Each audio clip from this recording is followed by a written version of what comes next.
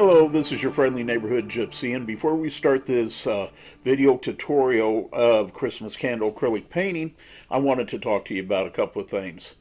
During the recording of this video, we had a couple of technical difficulties, what I deem as unacceptable technical difficulties. And because of that, this video tutorial will never be for sale on our website or anywhere else. It has been our policy in the past, and it will continue to be our policy into the future, that anytime there's a technical difficulty in a video that we are recording, that video does not go up for sale. Rather, what we do is we put it up for free forever. That means that you'll be able to access this video for free anytime you want to, from here until the end of time. So, I just wanted you to be aware of that. There are a couple of technical difficulties in there. They're not severe. One of them lasts about 2 minutes. But that way, you'll be able to access this video at any time. And we know that we're doing the right thing by not charging you for a video that is not 100% up to our high standards.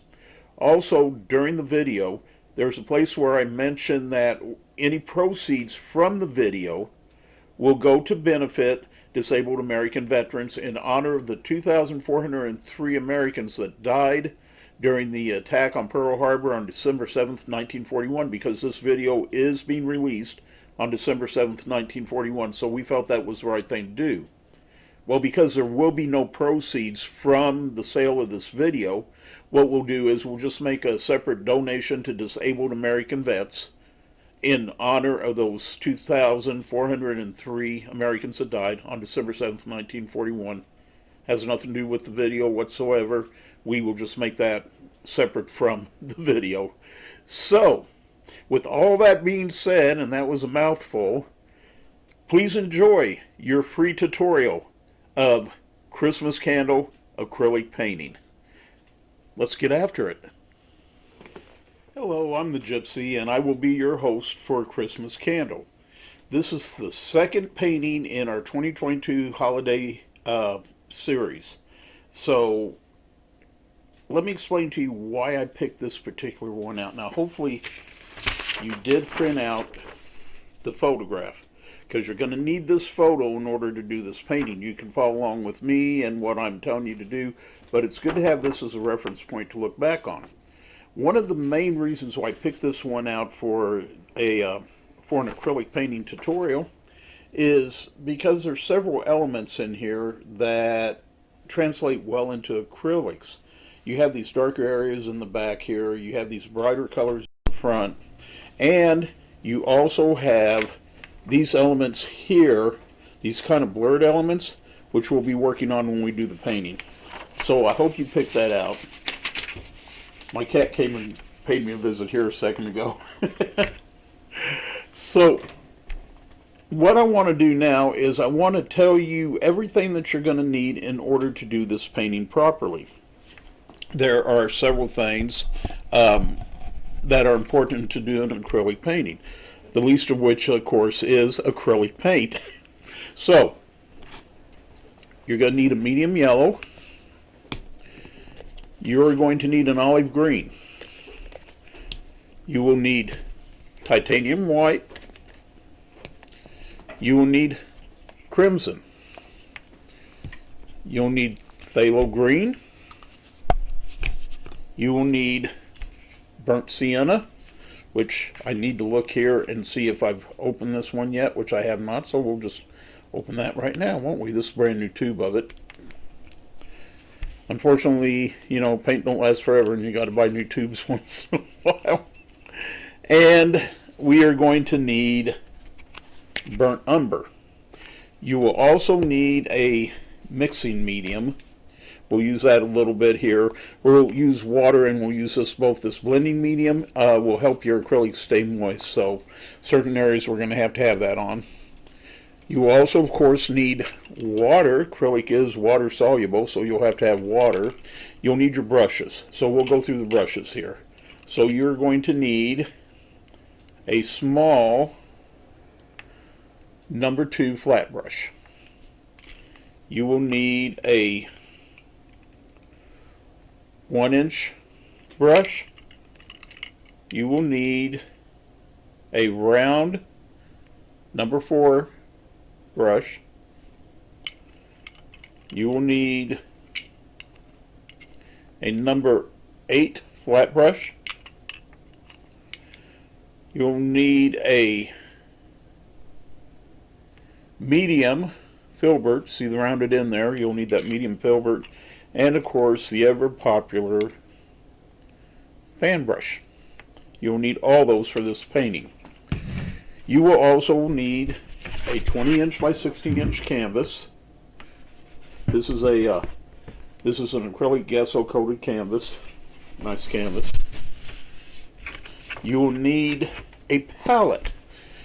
I use a Teflon palette. Actually, this palette here is a cutting board. Yes, that's right, it's a small cutting board. I like it because it's textured, it holds the paints pretty well, easy to clean up, very easy. With acrylic paints, if something happens that you get distracted or you forget to clean it, you can peel the paint right off of it and then just kind of scrub it down. So I prefer this. You can go out and buy an expensive acrylic palette, you know, the artist palette and what have you, but I prefer this. I think this works just fine. And you will need a Sharpie marker. You will need a number 2 pencil for sketching. And you will need a white eraser. White erasers are invaluable. They don't leave a residue and they'll remove most of the graphite from most surfaces. Now, what is really important about this painting, and what you're going to discover as we do it, this is a pretty simple, straightforward painting. It's not a complicated painting, but it has a lot of depth to it. And that's what's going to make it exciting. That's what's going to give it the drama that we need. So, we're going to get started. I'm going to show you how we're going to start. On the back of your canvas, and this is just canvas board, on the back of your canvas there is a space for putting your painting's biography. I've already pre-filled mine out here. Christmas Candle by J. George A.K. the Gypsy. It's an acrylic. We're doing this on 12/4/2022. Signed my name. I signed my nickname, the Gypsy. Topeka, Kansas, USA. And then I just put a little notation here of what it was. Second video tutorial 2022 holiday. That's simple. This is your painting's biography. This tells people all about this painting. You always want to make sure you have that filled out. Don't just do your painting and say, oh, I'm done. No, you got to do that. You have to do that. Because you want people to know all about the painting that you spent all that time on, making it look good, right? Right. Now, you will also need frog tape. What we're going to do with the frog tape, I love green frog tape. Don't use the blue tape. The blue tape rips paper, okay? Blue tape's made for, you know, painting around your house, trimming off, you know, wooden items and what have you. It's not made for paper. You want to use frog tape or a green architect's tape. What I'm going to do is I'm going to take a little piece of tape and I'm going to put it, I'm going to double it over, and I'm going to put it on the corners of the painting. Now the reason why I'm doing this is this will keep the canvas board from moving around as I attack it viciously with the paint. Well, you know, semi-viciously anyway.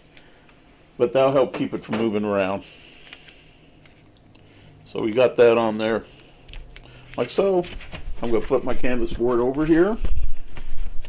And we're going to get ready to create a painting. Press that down.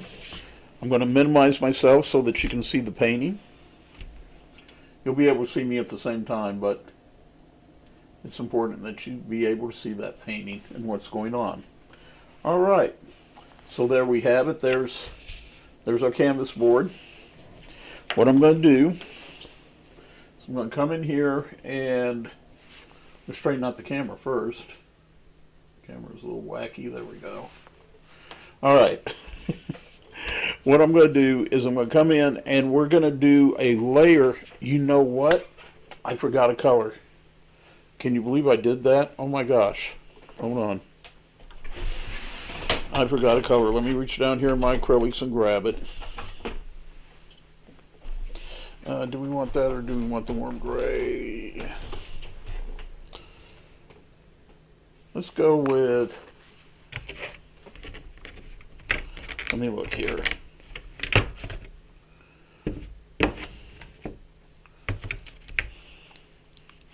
Let's do the dark titanium. Dark titanium white. If you don't have dark titanium white, just and when I say a touch, I mean a very, very small dot of the black will turn this out for you. I don't have black in my colors because it's not needed, so if you have dark titanium white, definitely use it. If you don't, just use titanium white, a very light touch of black in that, okay? All right, so what we're going to do here now is we're going to do our background. So first thing we're going to do is we are going to get our burnt sienna, which is a lighter shade of brown than the burnt umber. You can see the difference in the colors there. We're going to use this first. So what I'm going to do, squirt some over here on my palette. Squirt a lot on my palette because we're going to need a lot for this, maybe a little bit more. Alright, we're going to create that background first. So you're going to get your 1-inch brush. Pull most of the water out of it. You've had it sitting there in the water. Just kind of rub it on the side of your container to get a lot of the water out. Grab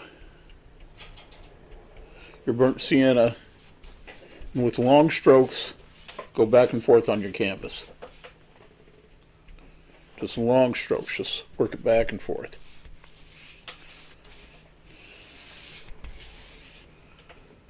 Long strokes on the canvas. Like I said, we're going to use a lot here, so be prepared for that. Long strokes on the canvas, back and forth. Long strokes. If you need to wet your brush again, if it feels like the brush is getting dry, definitely wet it. Mine feels like it's getting dry, so I'm going to wet it. Long strokes on that canvas, back and forth. Coat that canvas. You don't want any white showing through there. I'm going to have to get some more here. Running low.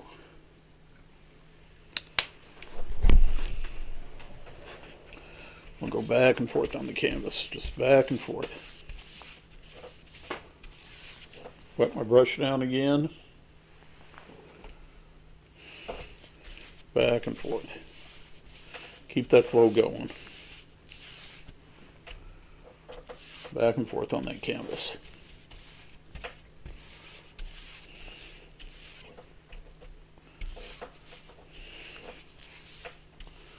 Coat that canvas down.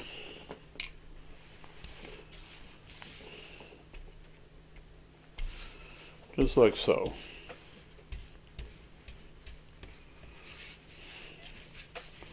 Just coat it down back and forth. Alright. Once you have it coated, go back up, run your brush back and forth across. Take out any high ridges. It's fine to have a few ridges in there, that's not a problem. Try to take out any high ridges that you have in there. You also don't want any clumps on the edge. So make sure you come back. If you have a clump on the edge, grab it, come one direction, and pull it across. Now, next thing you want to do is you want to get your burnt umber. Throw some burnt umber on here. Go wet my brush on. Now all I'm doing is just dipping it quickly in the water to get a little water on the end of it. We'll grab this burnt umber and I'm going to come in on the edges. Just kind of stroke it down and stroke it across a little bit. Kind of blend it out, kind of feather it there.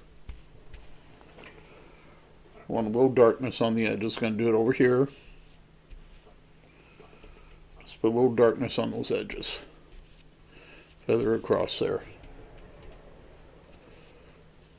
Just like so. Just kind of feather it. Feather it in. Do it at the bottom. Feather it across and feather it in. Do it on the other side at the bottom. Feather it across and feather it in, just like so.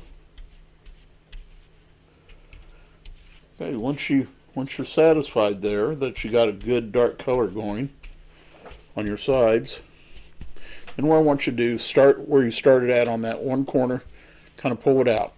Pull it out. Just pull it out. Then go to the other corner, pull it out.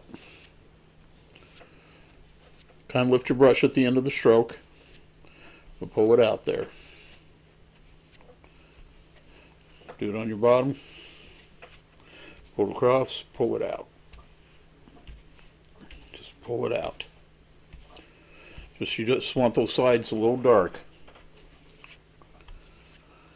Now I'm going to look at it here and see if I'm happy with the darkness. You always got to kind of judge your painting in its steps. It's okay, but I'm not totally 100% satisfied with that darkness. I think I want it a little darker, so I'm just going to repeat my step. I'll come in. I'm just going to brush it down. Do the same over here. Going to brush it across. Brush it in there. Now if I want this just a little bit darker than what I have it on these edges, I'm not trying to darken the center. I'm darkening the edges. That's all I'm darkening. So we're going to come in here. We'll just darken that up. Starting up at that corner where I started at, I'm just going to pull it out. Just pull it out. Halfway down there, do it the same over here, just pull it out. Just like so. Do it down here, pull it out.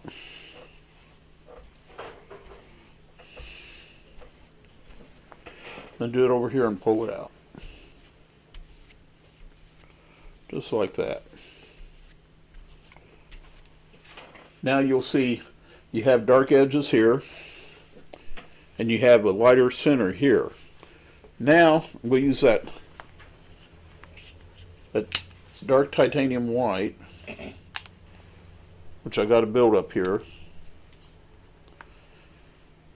and I'm going to come in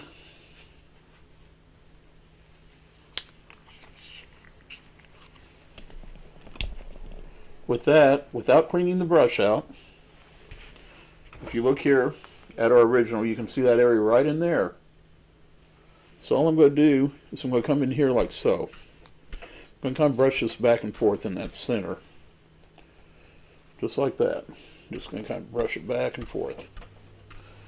It's just about dead center, so that's where you want it at. Brush it back and forth. Just like that.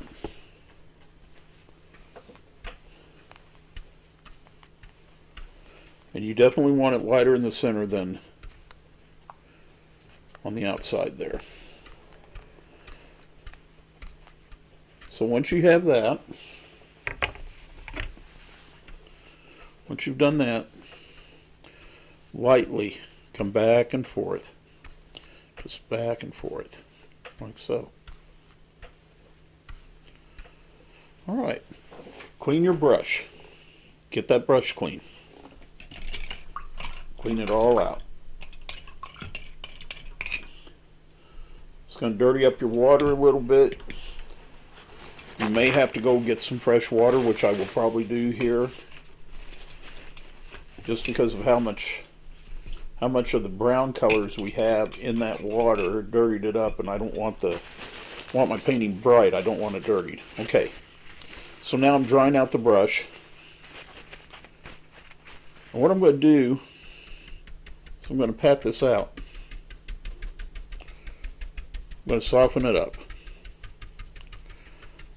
See how I'm just kind of patting that out and softening that up? Just patting it out there.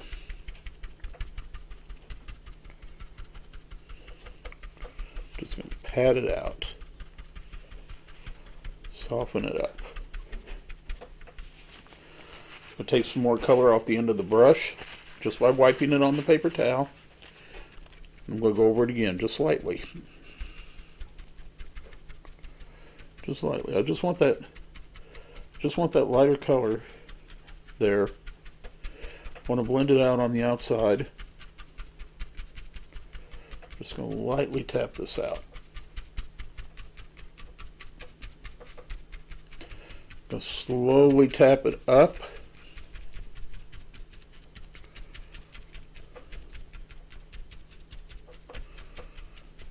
See how that's slowly working out there?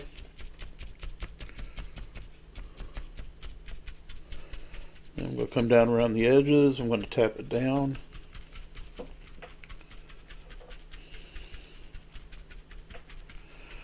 going to bring it down.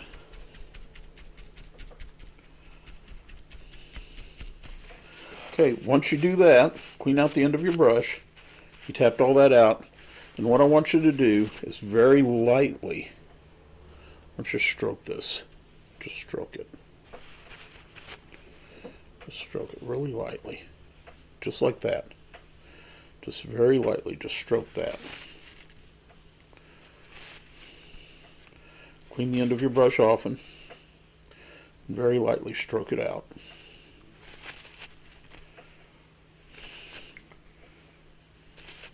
Now once you've stroked it all the way down to the bottom, once you come back up to your top corner again and pull all the way across. Just pull all the way across, just like that. Start at that top corner and work your way down. Pull all the way across. Pull all the way across there.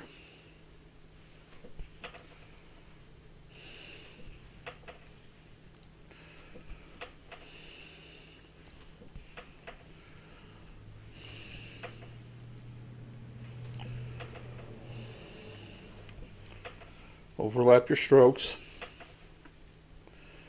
Just pull it all the way across.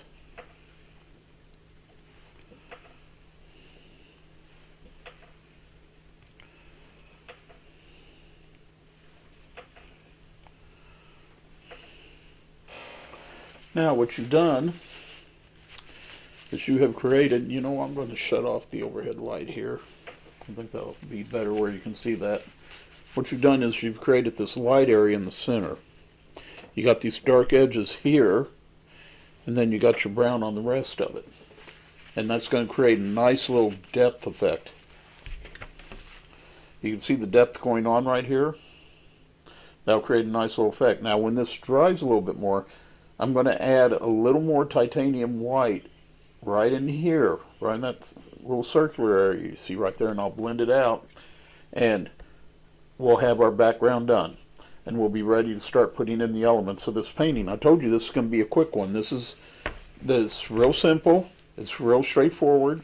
It's not going to take a lot to do that. So we're going to let that dry, and I will be back with you in just a moment. So let yours dry, or take a hair dryer to it, whichever you prefer to do. But I'm going to let this dry for a few minutes, and then I'll come right back. All right, we're back. Now, while we were gone and we were letting our canvas here dry, I went ahead and cleaned my palette. Hope you did the same. And I also got fresh water. The thing we're going to do is we're going to do some really light sketching on, oh, I'm sorry, take that back. I jumped the gun there. We're not going to do light sketching yet. We got one more thing to do here towards the center, and that's to finish lightening this up. Now we put the initial coat down to start the lightening on it. Now we're going to go ahead and finish the lightening up of it. So what we're going to do, we're going to take our fan brush, and we're going to take that dark titanium, grab a little bit of it here. Oh, looky there, picked up some on the canvas already. That's okay, because we're going to lighten that area, so that's just fine. So what you're going to do is you're going to take your fan brush and kind of pat that fan brush around a little bit. Just right in the center here. Just kind of pat it around.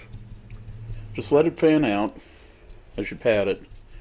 Nothing has to be even here. As a matter of fact, it's preferable if it isn't even. You just want to pat that in there. Just pat it around. Get it there in the center really good. Just like that. Just pat that out. Pat it in there. Once you get that patted in,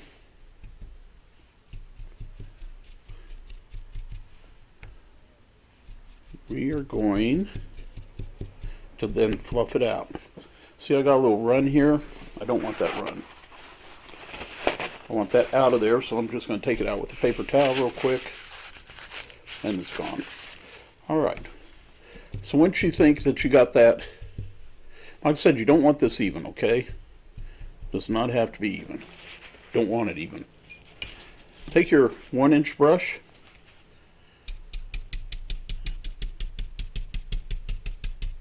and just kind of smooth that out a little bit. Just like so. Just use that 1-inch brush to smooth it out.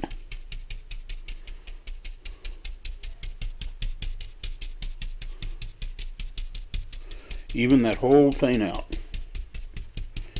Just like that.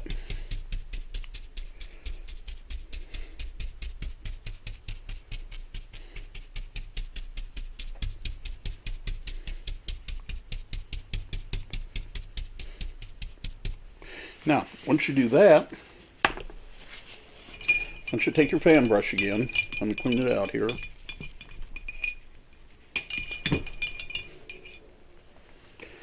Take your fan brush, grab some of your burnt sienna. It's the lighter of the two colors, two browns. Once you grab just a little bit of that burnt sienna, I want you to touch the edges. Just go all the way around the edges here with that fan brush. Just let that fan brush fan out for you. Just go all the way around these edges.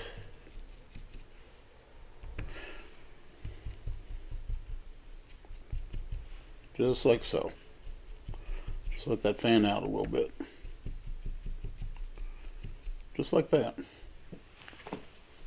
Come back in with your 1-inch again and tap your edges.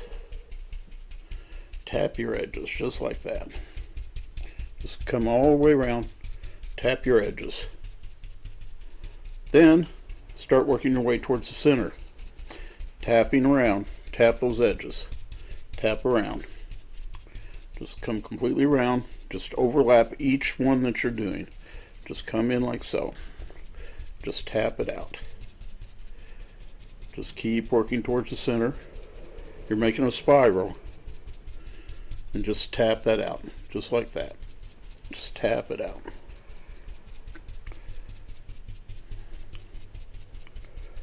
Just tap it in towards the center. Just like that. Make sure that you have no lines in there. You don't want to see any lines. Tap it out.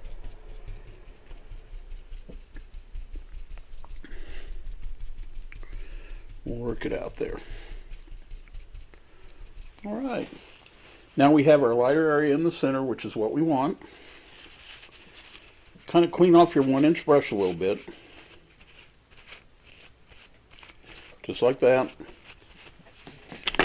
Take your fan brush again. Once you have that done, clean it out. Grab some more of the sienna. Come back on the edges and tap around the edges one more time. Just like that. Just tap around that edge. Just tap it out. Tap that edge out. You should use up most of the sienna here when you do this last tapping. Just like that. Alright. Take your 1-inch again. Kind of wipe it off just a little bit.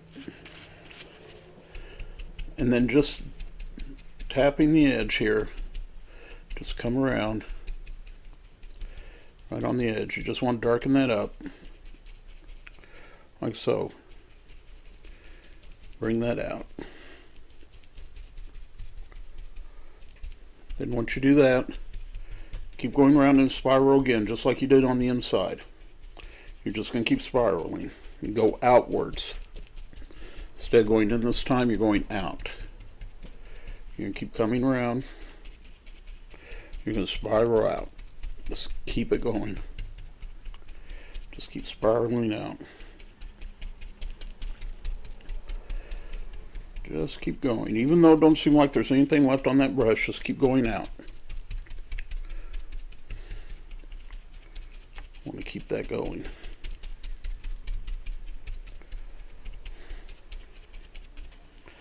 Okay, now we have the glow in the center.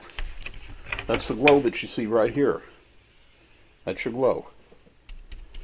Just tap it out. Just like so. Pretty easy, pretty simple. Next thing we're going to do is we're going to do some really, really light sketching, some extremely light sketching. First thing we're going to do is we're going to put in this candle right here. Okay? So, let me set this up here out of the way. Put my 1 inch in the water, start getting clean. Take your number 2 pencil. You're going to come over roughly about 1/3 of the way in, and you just want to make a light line going up, just where you can just barely see it. Just make a light line. Come over a little bit, like so, and then you're going to come down with another light line, just like that. That's all you need there. You just need that guide. You need someplace to tell you where you're at right here. That's all the sketching we're going to do. That's it. There's no more sketching on this. Everything else will be done with paint. Now, we are going to go in and we are going to start with our greenery that you see here, here, and here. So what you'll want to do is you'll want to get your phthalo green, pull this down, phthalo green, and you'll want to get your light olive green. Get the cap open here. These have a tendency to get a buildup on them. If you can pull the buildup off, I suggest you do it so that you can get your cap closed nicely. See, it gets that little buildup on there. Oh no, he got his hands messy. If you're not getting your hands messy, you're not an artist. All artists get their hands messy. It goes with the territory. Okay. Now, had to find it there. We got our little tiny number 2 flat brush here. That's what we're going to make our pine needles with. So you see our pine needles here. We're going to start up in this corner right here. And all we're going to do is we're going to grab some of that phthalo green and some of that light olive green. And we're just going to make our pine needles. So all you do to do that is just come down like this. And you make the pine needles. Little phthalo green, little lime green, and come back from the opposite direction. Put your pine needles in there. It don't have to be complicated. You want a nice little blend going on there though, with the 2 colors.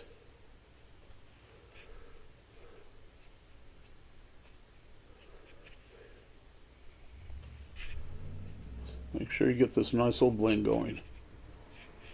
Remember, it should look a little furry. I mean, granted, pine needles do have a little bit of a bite to them. They have a little sharp edge. But you should have a little bit of a furry look like that. Okay? Then come in and do your next ones, which are right here. You can see them coming down right there. So, I'm just going to come in here, and I'm going to do the same thing again. Come in. I'm just going to kind of brush like so.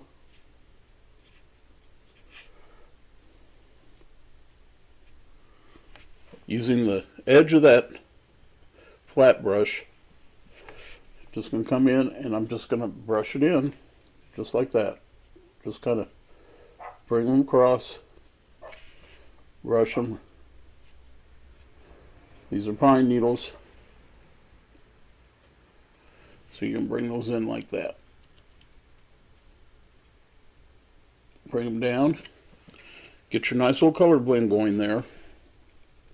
You want to make sure that you have the two distinct colors, because that's what's going to give these depth when you do these. You want to give them depth. Come as close into the center as you can, because we're going to run a stem down the center, but you want to be as close into that center as you can. Alright, then we're going to do the next one, which is right here. So I'm just going to come in. I'm going to come, looks like it's almost, well, it's just slightly curved, so I'm just going to come off just a little bit right here. We'll slightly curve this. And bring it down a little ways, like so. Come over here and do it again over on this side. Just like that. It's that easy to make these pine needles. It don't take a lot to do it. They kind of create their own detail as you're doing it. You don't have to get real crazy trying to detail these out, because they're going to do it on their own. Just like so. Put a little more light green up in here and over here. Just like that. Okay, then we got one that's coming. You see it right here. It's kind of sneaking out from the edge. So we'll do that one. We're just going to come in right about here.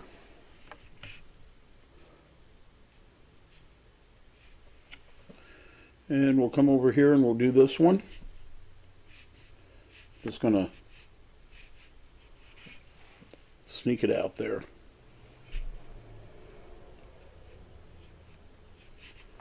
Just like that.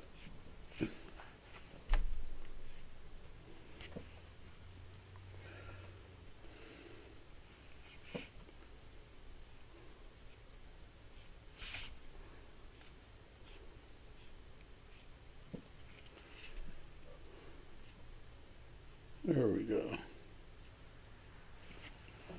All right. Now we can either come down in here or we can come over here. I think I'm going to come over here right now. Now you got the pine cone next to this one, so you got to allow for that. You also have a pine cone here that's next to this one. So you got to kind of visualize where these pine cones are at when you do this. So what I'm going to do is I'm going to say my pine cone's right about here, and I'm going to go ahead and start my pine right about in here. I'll bring this one almost straight across.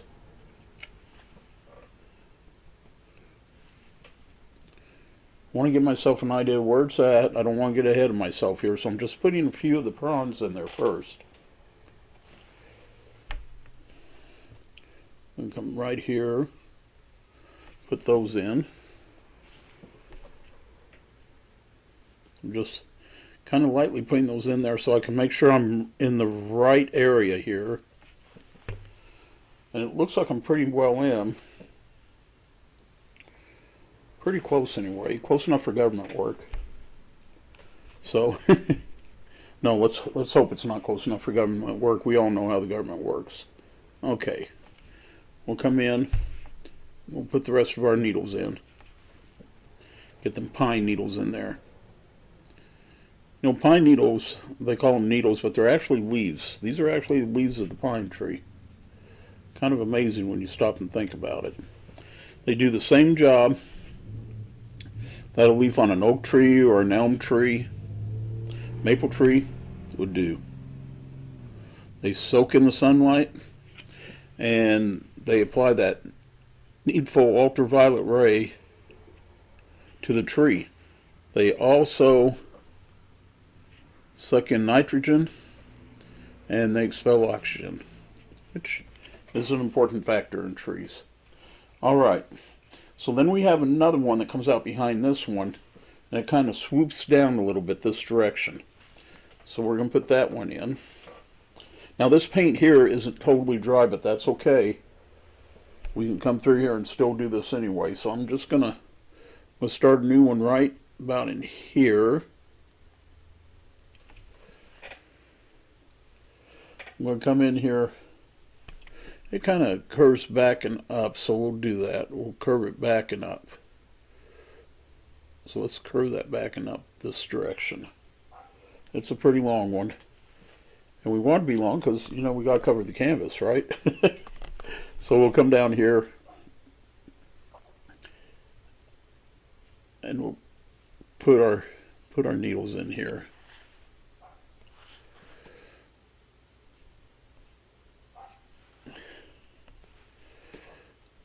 Now, because these are kind of still in the background, they're going to be subdued, and we want them subdued. We don't want them just, you know, popping out there real brightly. That's not the idea behind these. We want them a little subdued. So we'll just put them down in there.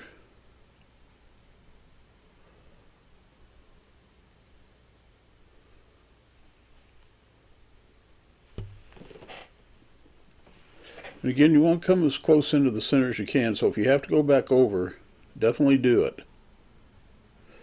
It's kind of important. Alright. So we got these two. Let's see. We got this one here, and we got this one right here. Let's do this one right here. See how it comes down into this white area? We'll get that one now. That's our next one. So we're just going to come in here and do exactly what we've done before. I'm going to come in and I'm going to lightly put these in so I can see where they go.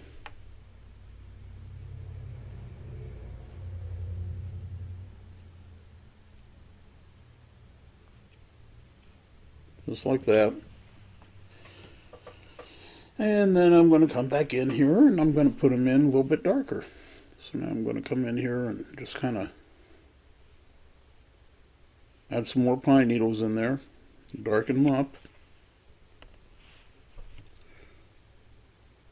just like so. We'll get all of those in there. Looking good. Just like that. Now we have another one that comes up this direction here. So we will put that one in now. Keeping in mind that we have the pine cone right here, but we shouldn't interfere with the pine cone if we go the right direction with it. So we're going to come up like so. So I'm just putting a few of the needles in there, just until I get the feel of where I want that pine cone to, not pine cone, but the pine branch to be. So once I'm sure where I want the pine branch to be, then I can go back in after that, and I can add more needles in there to finish the pine branch out. I'm pretty happy with that right there. I'm going to bring a couple of pine needles back there. Let's go ahead and put in the rest of our pine needles on this one. We just put in those pine needles. And make sure we're up towards the center there. Want this nice blend of colors going on. And we will call that one good. I kind of like that one. Okay. So now, remember we have this pine cone here. There's a really long one coming down from there, comes almost all the way to the bottom. See how it swoops down right there? So what I'm going to do on that one, just to kind of give me an idea of where it's at, we got the pine cone there. I'm going to do some little dots here. I want to know where this is going, because that is our longest one. So we're going to just go ahead. We're going to bring some little dots down here until I'm happy with that's the end. So that way I can tell where it's going to be at. Now, what I'll do here is I'm going to come in and I'm going to run that one down. I'm going to try to leave an area where the flame is at. So I know my candle's here. I know my flame is going to be right about in this area here. So I'll kind of keep an eye on that as I come down and I put in these needles. So I'm just going to start my needles in.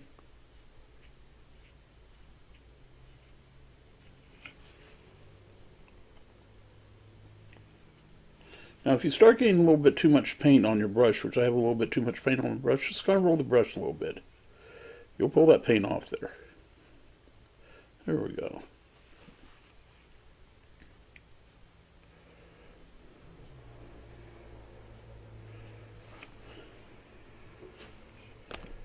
We're just going to put our pine needles in there. Bring them down.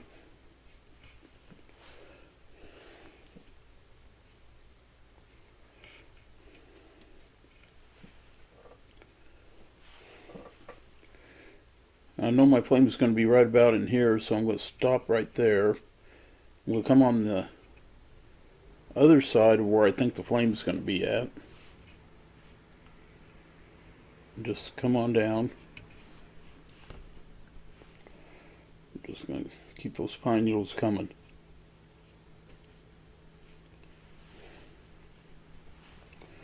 Just move it down.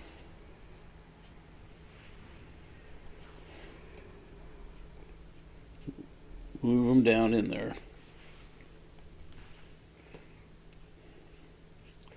All the way to your end.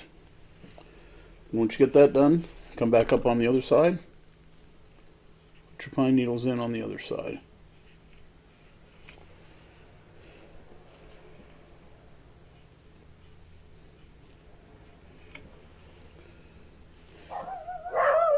Oh, you can hear my dogs out there. More than likely there's an unleashed human walking through the neighborhood. My dogs do not like unleashed humans. They don't understand why their dogs are not putting them on a leash and walking them. It upsets them. So they start barking to let them know that they shouldn't be unleashed, that they should be under control. And you can hear some neighborhood dogs also barking at the unleashed humans.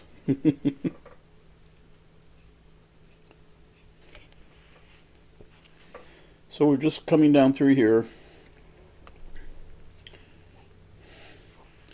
And we're putting in our needles.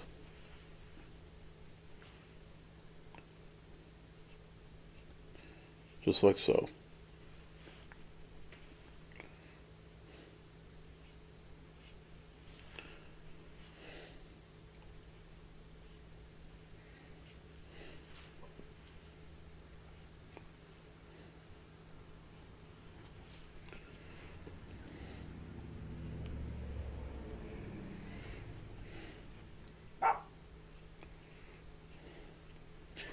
That little bark that you heard right there, that's my dog Hannah Mae Wigglebutt of the Bug Tussle Wigglebutts, and if you don't like it, you can kiss her Wigglebutt.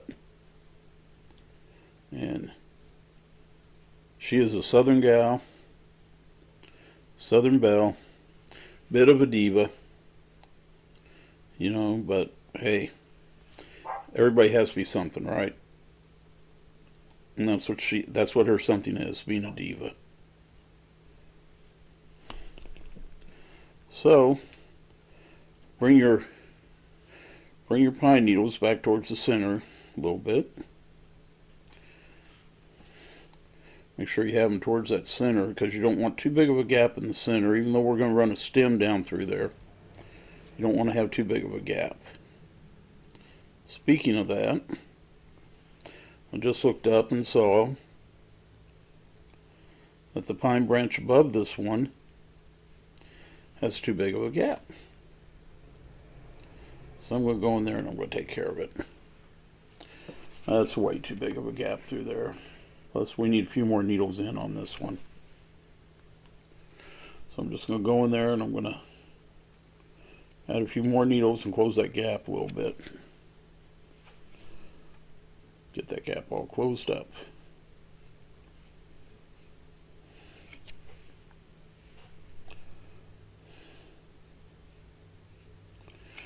There. And I'll come back over here, close it up a little bit more on this side too. Tell you what, if you ever get a chance to go up to South Dakota, or maybe you have been to South Dakota in the springtime, man, the pine trees, oh, they smell so nice. They smell so nice. They try to capture that in cans and, you know, in disinfectants and what have you. But there's nothing like the real thing, I'm telling you what. Just that, man, that smell, so fresh. It's really nice after rain. Whenever there's rain. You know, South Dakota was the first place that I ever was where I saw it rain and sunshine both at the same time. Absolutely blew me away. I'd never seen that happen before. It was pretty wild. That happened when I was 17. I was like, wow, check this out. Too cool. Okay, so now we have one that's right here that comes up in behind the candle. Oh, I missed one, I'm sorry. There's one right here that we have to do before we move over there. So let's get that one. So we'll come up right about, oh, I don't know, roughly right about in here with that. Go ahead. Bring it out and on across. Put my view in there so I know where it's at before I put the rest in. And I'm knocking things off on the floor. It's okay. Just a couple of tubes of paint. Easy enough to pick up. Come across from this side.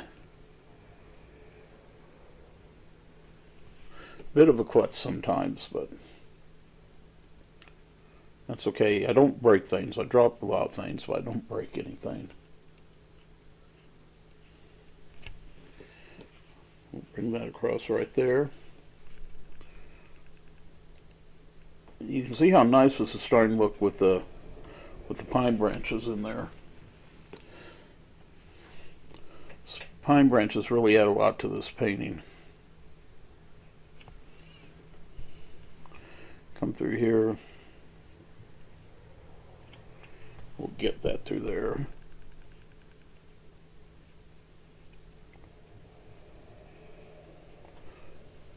Just put them in there.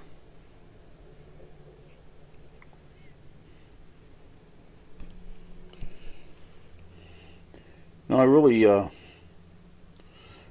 like it when people share their works, and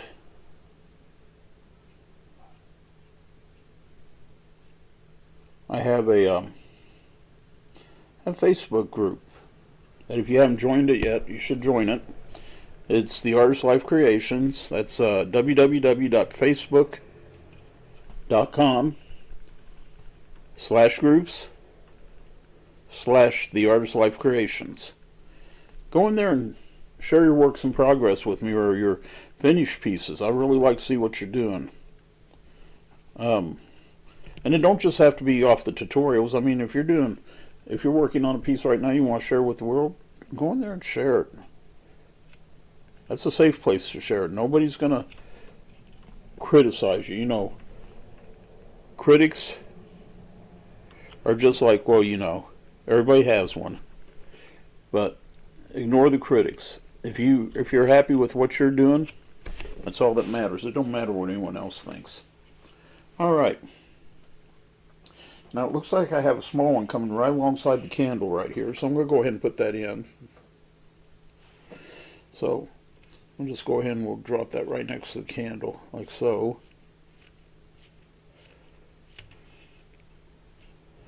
Just like that. Grab a little bit of the olive there. I'll put that in there. There we go. Alright, now let's do these over here. So we got the one that's going towards the candle. It's kind of on a curve right here. So we'll get that one first. Looks like it starts right about in here. So we'll put our few little needles in there just to give us a start. And we'll clean out that, get some of that paint off that brush just by rolling it. Come in here and come from the opposite side. Throw some needles in there. Just like that. Now that I know where my pine branch is, I can come down in there and I can finish those needles out. So I'm going to finish the needles out here. Just like this.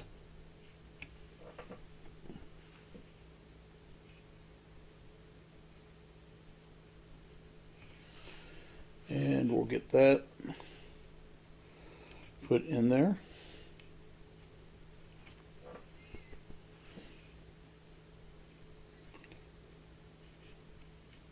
Just like so.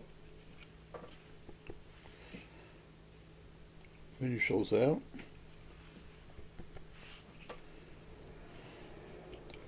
And there you have it. All right. Now, we got a long one right here. It's right next to this one. And it comes from the pine cone. Pine cone's right about in here. So I'm just going to come down here a little bit. Give myself an idea of where it is, just like we did with the other long one. We're just going to come down through here like so. We'll put some little green dots down through there, so I can watch where it goes. We'll come in and I'm going to put it in there. So now I'll start right about, I don't know, roughly about here. I'll put my needles in, going all the way down.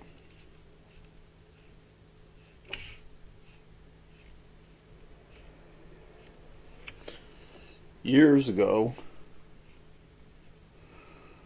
I was up in South Dakota. I was taking college level classes in forestry and wildlife management, presented by the Job Corps in association with Black Hills State College.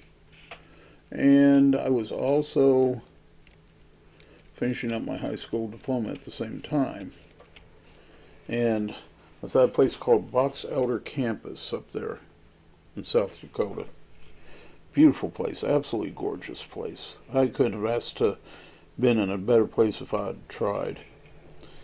And at one point, I went out to assist with the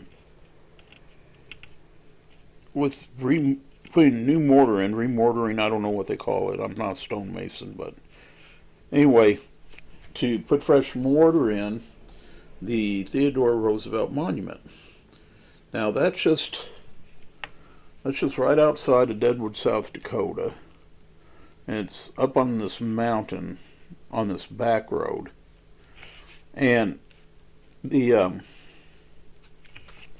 monument is placed in such a way that it is in direct eyesight with the grave of Sheriff Seth Bullock from Deadwood, who's buried in Mount Mora at a mountain that's opposite this particular mountain. Now, the reason why it's in direct eyesight with Seth Bullock's grave is because Theodore Roosevelt and Seth Bullock were good friends. And Bullock actually erected this monument so that it would be in eyesight with his grave. That's how good of friends they were. Seth wanted to look at Theodore Roosevelt for eternity, or rather his monument. Monument looks like a rook from a chess set. That's the only way I know how to describe it. And it's done with red rock and red stone. The stone was gathered from this mountainside. There is a stone field there. I'm not a geologist, so I don't know what caused the stone field. Nobody ever told me. My guess would be some sort of upheaval in the earth, like an earthquake or something caused the stone field. But it's a beautiful area. You can see, like for miles, you can see 3 different states from that point right there. Now, the reason why I bring this up is because 2 reasons. First off, if you're up in South Dakota, this isn't one of your usual tourist stops. So it's definitely something that you might want to go check out. The other reason why I bring it up is because if you want to see a beautiful pine forest, unhindered and untouched by man, go up there and look out over the overlook. Because, wow. I mean, just wow. And, you know, so many pine forests have been decimated by man, you know, cutting down lumber and everything else. But there's a clean, untouched one that you can see from the top up there. I think you'd enjoy it. I wish, at the time I was up there, that I would have thought more about painting, because I definitely would have done a lot of painting when I was up there. But, you know, unfortunately I was a teenager, and even though I still loved my art and I was doing art, you know, actually trying to catch some of these scenes in person never even crossed my mind at all. At all. Now we got another pine branch right here. Put that in. While my dog Cato's in the background barking. That's Cato Kite. I call him the dog 10 feet tall. He's only stands about 12 inches tall. He's a Jack Cheese, half Jack Russell Terrier, half Chihuahua. But he has an attitude of a 10-foot tall dog. And he is everybody's friend. If you ever met Cato Kite, he'd just love you to pieces. His secret weapon is cuteness. He just melts you with cuteness. He can't help himself. So, if you ever met Cato Kite, you just absolutely die of cuteness. Cuteness overload. Alright, we almost got this palm frond. Palm, really? This pine frond. Almost done there. Got one more small one right here that I'm going to put in. Then we got all our pine branches. And we can move on to our next step in this painting. So I'm going to put this one in. This one goes right off the side of the canvas, right through there, like that. Come back in here.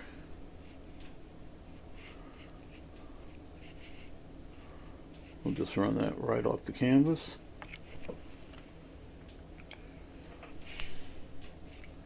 Just like so.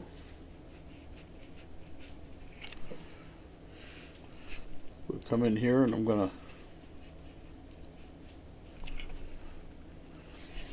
bring these back. Now that I have all my pine branches in, I'm going to put the center on them. Now here's the trick on the center, and this is something to understand, is that the center also culminates at the end where the pine cones usually form at. So I'll show you what I mean here. Let me grab my round brush, if I can find it here. Okay, so here's my round brush. We're going to do a little mixture here. Grab the burnt sienna. Put me a little burnt sienna up here, like so. Then we're going to grab our crimson. Put a little crimson right next to that burnt sienna. Let's see if I can pull that off. No, it's not. Well, yeah, I did. Pulled it off. All right. So what I'm going to do is I'm going to take my round brush, take some of the crimson, some of the burnt sienna, and I'm going to mix it together. I don't want this too red. That looks pretty good right there. I'm going to twirl this out so I have a point. That looks really good. And all I'm going to do is I'm just going to come up through the center of the branch, just kind of brush it up through there. Just like so. Just brush up through there. And then here at the end, just lightly touch it just a couple of times on the end. And do that with each branch. Just come up through the center, like so. I just put my arm in my paint. I love it when I do that.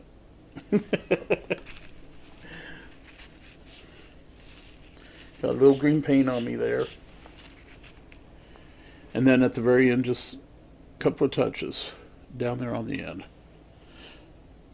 Make sure you do that with each branch. You don't want it too red. Just kind of mix them together there. Just like that. Come up through the center. And then a couple of touches down on the end. This part should go fairly quick for you. Up through the center. A couple of touches down on the end, like so. And again, we're going to go up through the center right here, like so, and a couple of touches down here on the end. Through the center, and a couple of touches down on the end.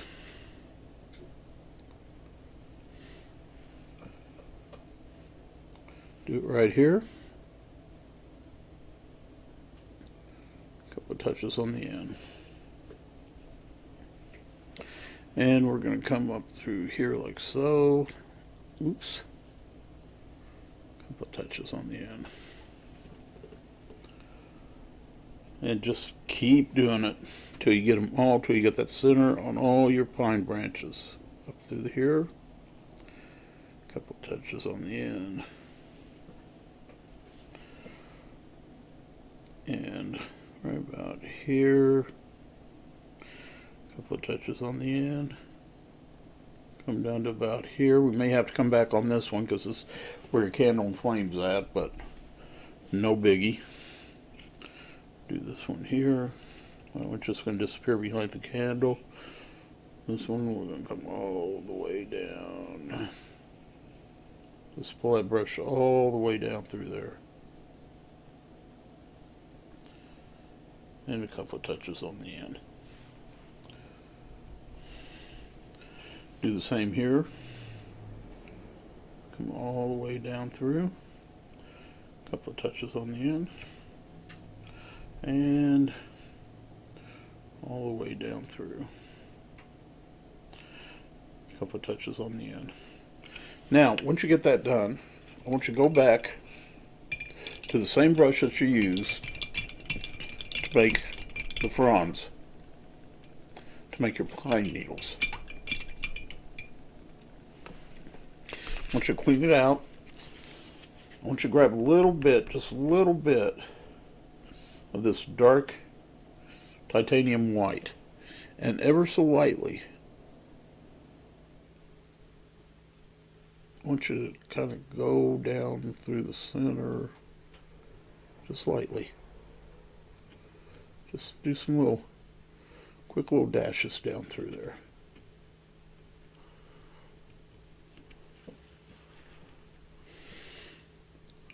Some quick little dashes.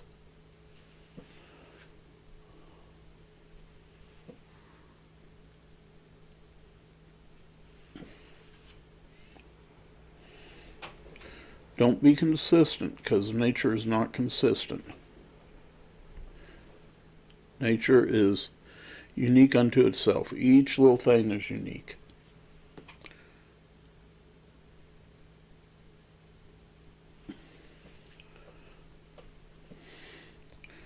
Do that with each one, just quick little dashes down through there.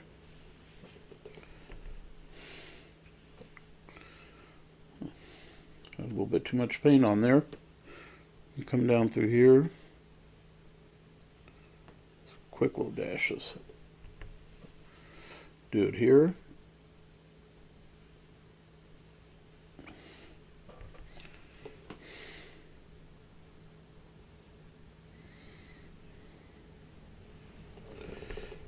And over here. Come back and do it right here.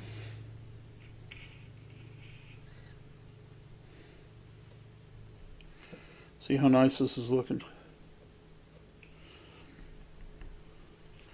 Just little tiny touches make all the difference in the world when you're doing a painting. They create points of interest. They create drama. And they give your painting depth and dimension. So now we have all that done. Next step is we're going to put in the pine cone. So the way we're going to do that, we have 2 pine cones, 1, 2, right there. Okay?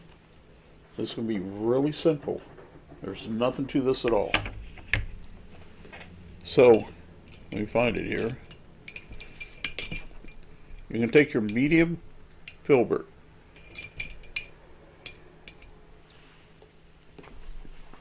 You get a fresh paper towel.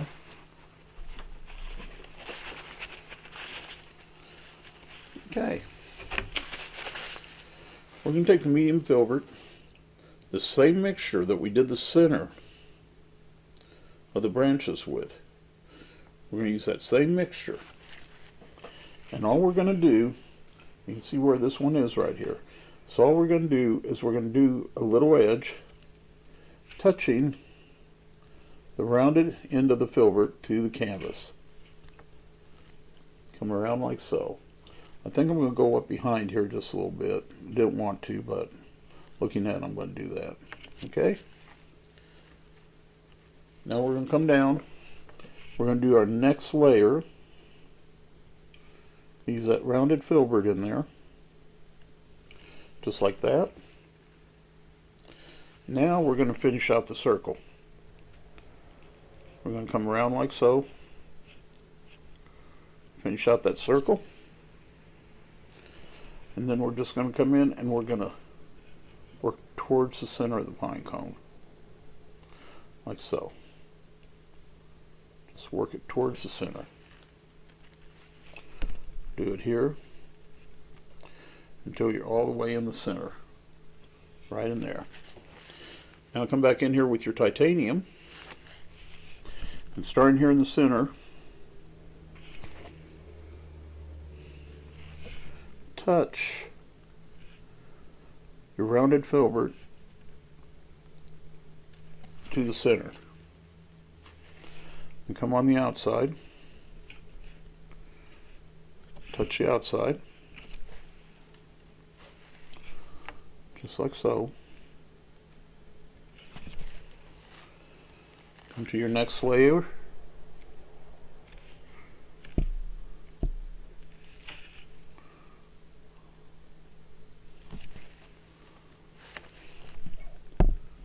Touch it.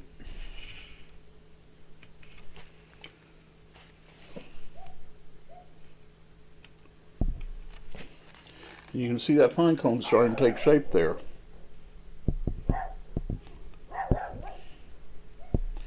Just like that. Come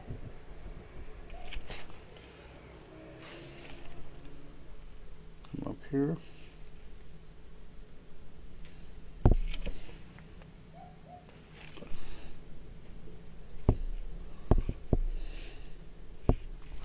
Let that pine cone make its shape.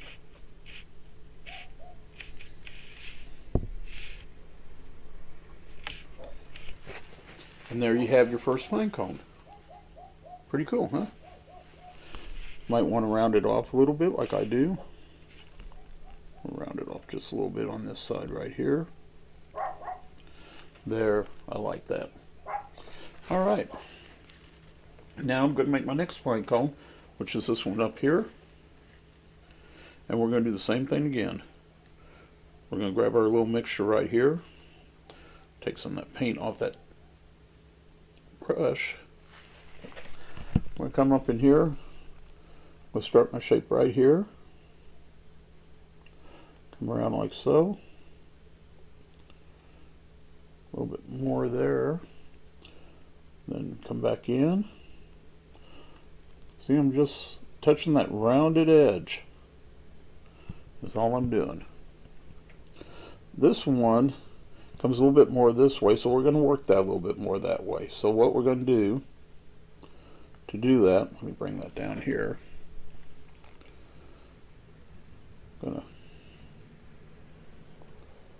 just like that. There we go. Okay. Come back in again with the titanium white. Start from my center.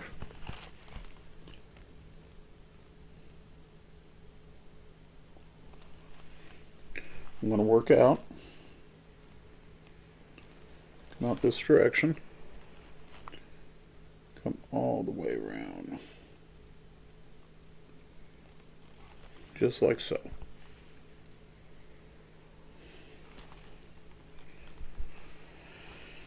Get the shape of my pine cone in there.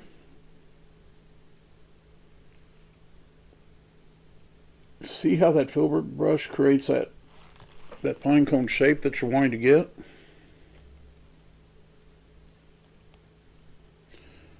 For long and without even hardly trying, you end up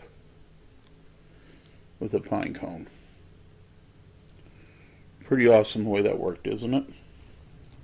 Now, I'm looking at this one over here, and I think I want to round it off on this side a little bit more.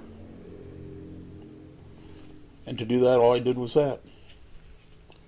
Pretty simple. All right. So, a little bit of that in there. There we go. So there we go. There's our pine cones. Now, as I'm looking at this, and I'm seeing different things, I can come down here and I can make any changes that I have to make at this point. So I'm going to bring this down a little bit more through here, like so.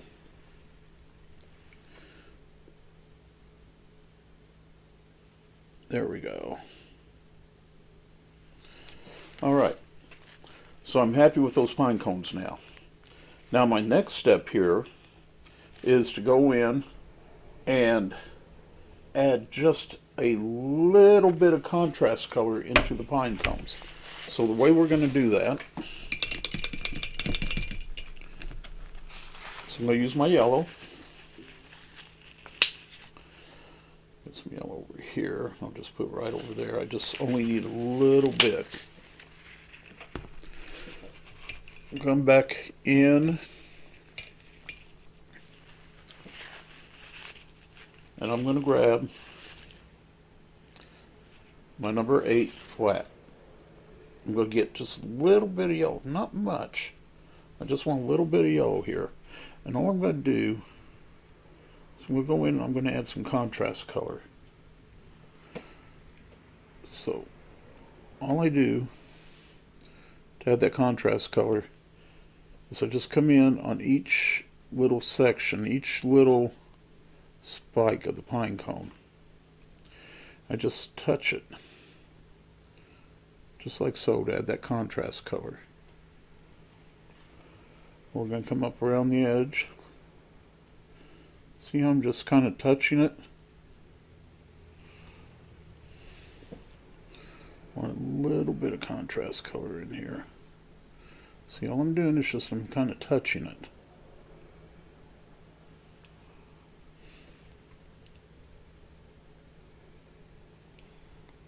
The contrast color breaks this up to give it that look and feel of a pine cone. See, I'm just coming around here, just with that flat brush. I'm just touching. Just touching on each one of those little seeds on the pine cone. Gives us nice little contrast.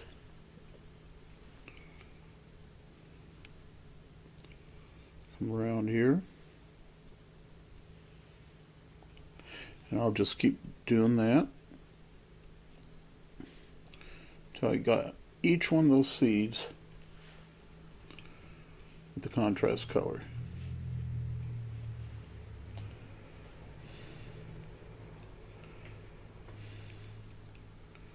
So pretty straightforward and simple technique that shouldn't take you a whole lot of time to master. It's pretty easy. We're going to come in here and we're going to do the same thing here. We're going to come in here, apply our contrast color on each seed, and that's what those are on a pine cone, little nubs. Those are seeds. It's funny.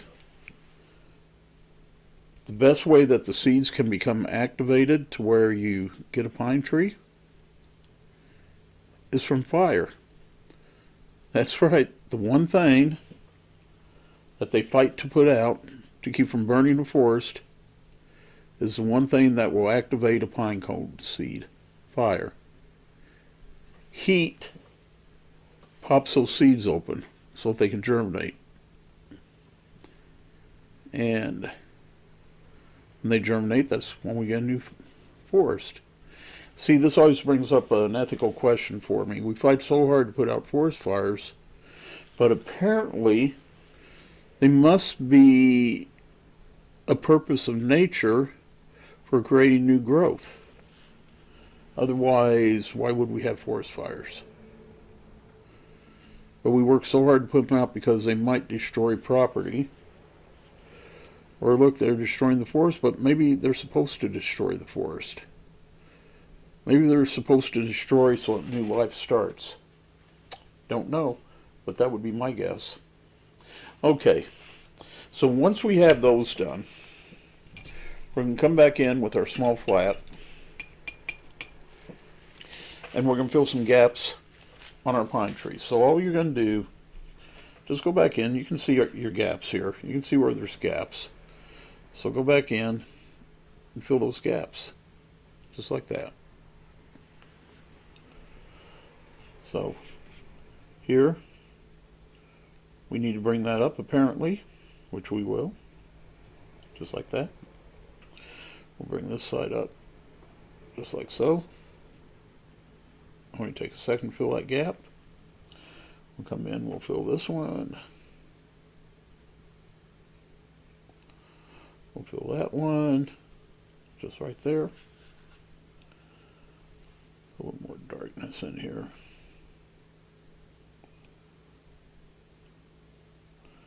Just like that. Perfect, huh? And then, let me see, any more gaps I need to fill right now? No, everything looking pretty good. I do, however, think I want to come in here on this one. I want to add a little more lighter color in here.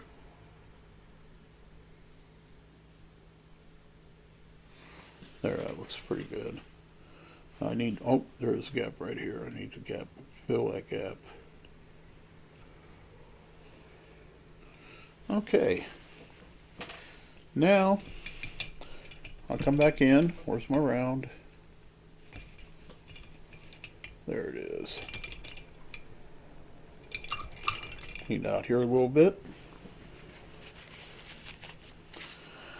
I'll come back in. I'll grab my color here. I'll come up here and put the center of the branch in right there. Put the center of the branch in right here. Clean that out. and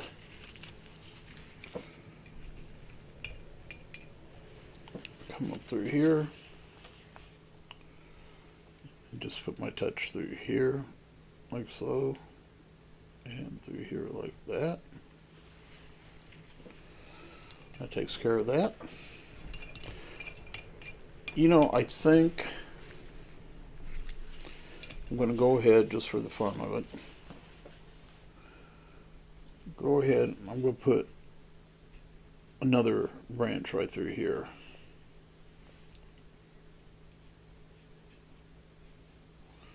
I want to fill that gap right there, so I'll just put another branch in there.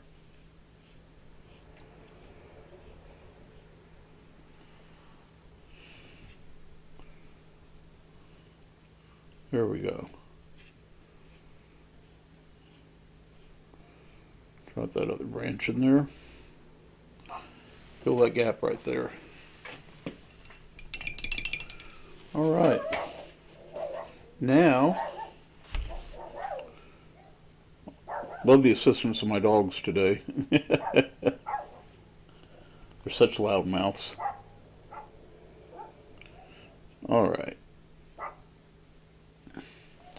So, now we have that done,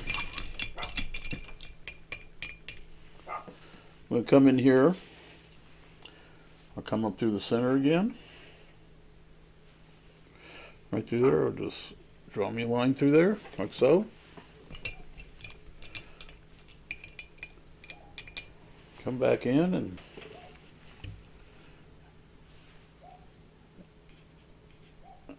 there we go. And that's done. So now we have our pine cones, we have our pine branches. Next thing that we need to do is we need to put in our cranberries. But before we do that, before we put in cranberries, I want to do that candle first. I want to get that candle done. So let's go ahead. After all, this is called Christmas Candle. That's what this painting's about. So where's it at? There it is. Okay. So the candle right here, we're going to put that in now. What we're going to do is we're going to get the titanium white and the blending medium. So here's our blending medium. Put a little bit down there. And I'm going to grab the titanium white. I want this to stay wet for a minute because I'm going to be working it, so it needs to really stay wet for a second. I have to open up a new tube of titanium white before too much longer. Alright. A little bit of the blending medium, just a little bit. Now all I'm going to do is I'm going to come up through here. I'm going to brush up like this. Just brush it up. This is a candle. Candles melt. Candles are going to look rough. So we'll just brush that up through there like so. Please ignore my loudmouth dog out there. And we'll brush this up here. Just like that.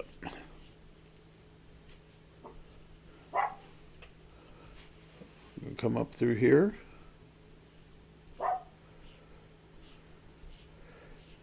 And we're pretty close to the height of the candle right now.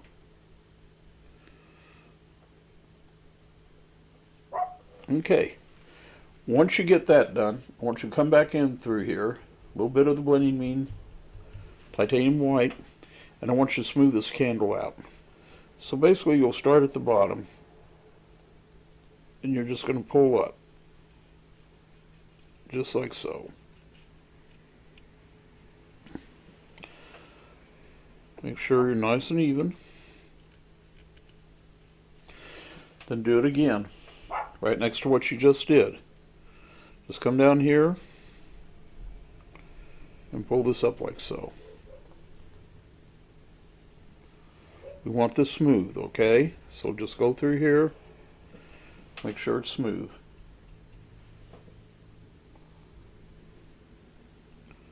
So make sure that's smooth. Just like that.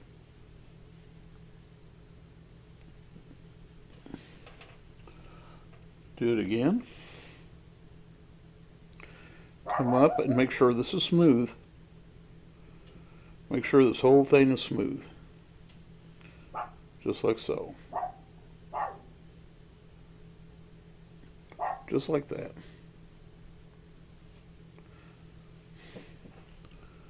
That's why you use the blending medium. It helps you smooth this out.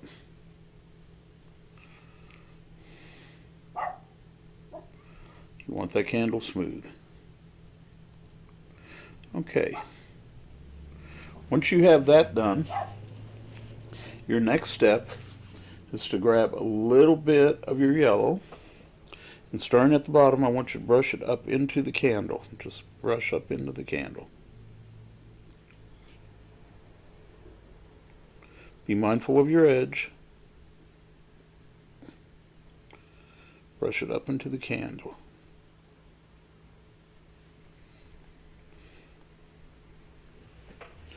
Just a little bit. Brush it up into the candle. Just like so.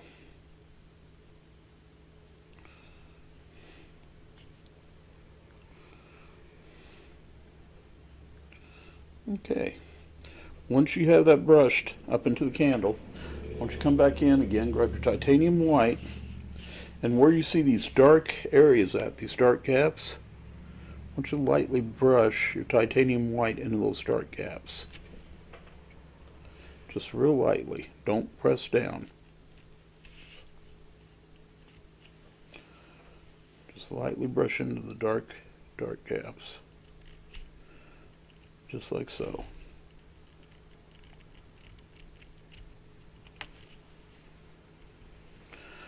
Slightly into the dark gaps.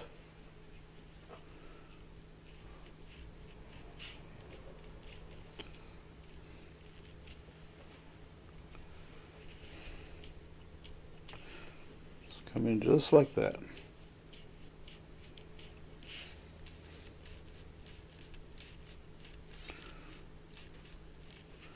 Same thing towards the top. You can brush into the dark gaps. Just like that.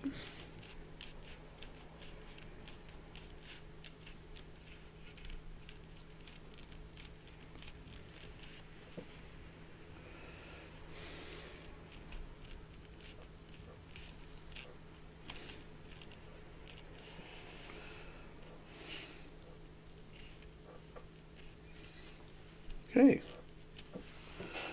Once you do that, you can see how this has a very slight red tinge to it. You can see where the candle wax is melting down here. So what I'm going to do, grab just, without cleaning my brush out, I'm going to grab just a touch of this crimson.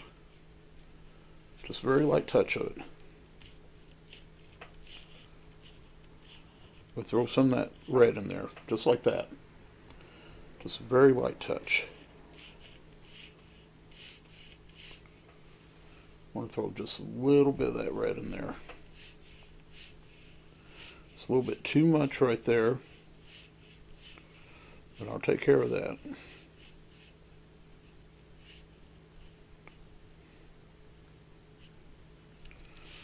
Just a light touch of the red.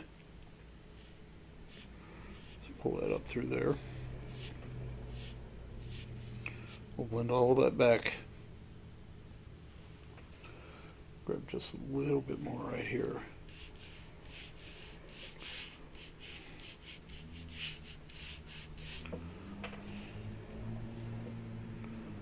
Light touch.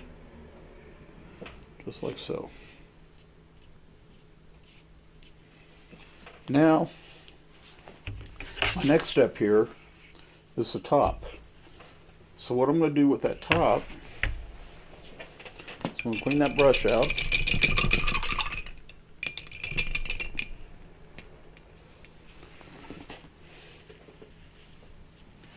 I'm going to come in here, grab my titanium white, and I'm going to shape the top. The top's going to be kind of uneven. It's going to be something like that. because this is melting wax, remember, right? So we want that top a little uneven, just like so. Now we want to put in the melting wax. So all we're going to do is I'm going to come down and I'm actually going to place the melting wax in. Just like that. Just as if this was a real candle. I'm going to come down through here and put some melting wax on it. Don't have to get super detailed here. I give the impression of melting wax. Put a little melting wax over, put a little bit over here, just a tiny bit. Maybe a drop down through there.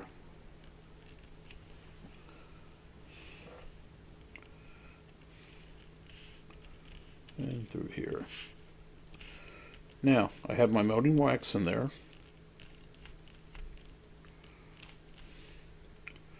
I have my top. Now our next step on this candle is we need to put the flame. So to do the flame, switch out brushes here. Where's it at? Well, there it is. It was hiding on me. We'll clean out my filbert.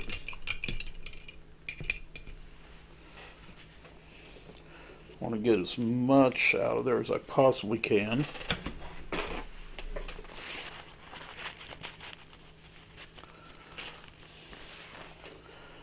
We'll grab some of the titanium white. And all I'm going to do is, starting right here, I'm going to make the shape of a flame. And we'll do the same over on the other side. We'll start right here and we'll come up and we'll make the shape of the flame. We'll fill that in. There's your flame. There's our flame. So we'll just come up here. You don't want to go too big, but do it till you're happy with the shape of the flame. I'm pretty satisfied, actually.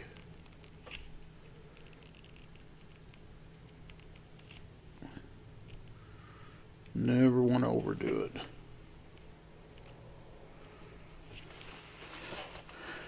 Okay, I'm going to grab just a touch of, just a little touch of yellow. Got too much. Not too much. There we go. I'm going to grab a little touch of yellow, and I'm going to come right in the center of the flame.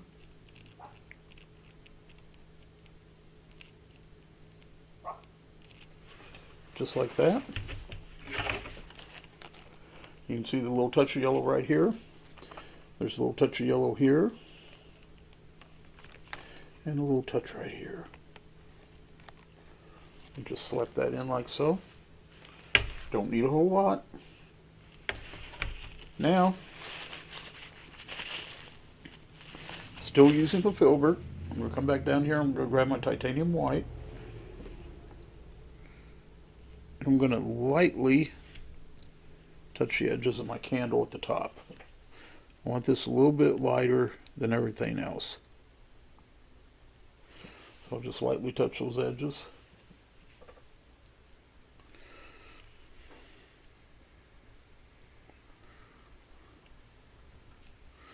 Just like so. Throw a little bit more white in here.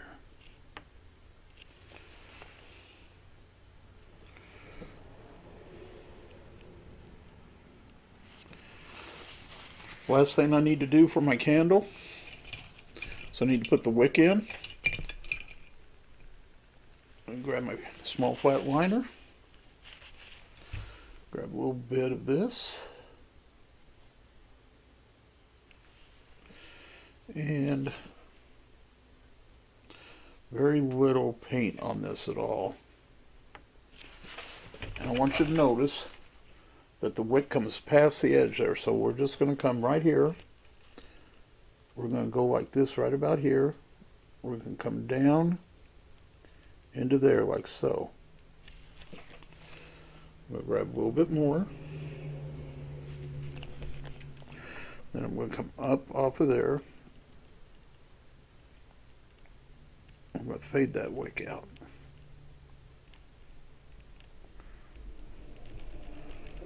Fade that wick out.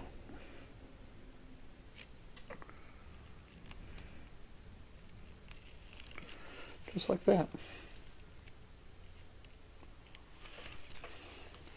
Now, one last thing I want to do with this candle before I feel like I'm done with it is I really wanted to find this lower edge right here. So I'm going to do lightly touch that right like that. Clean out this brush. Grab some of this titanium white. I'm going to pull right down off of that.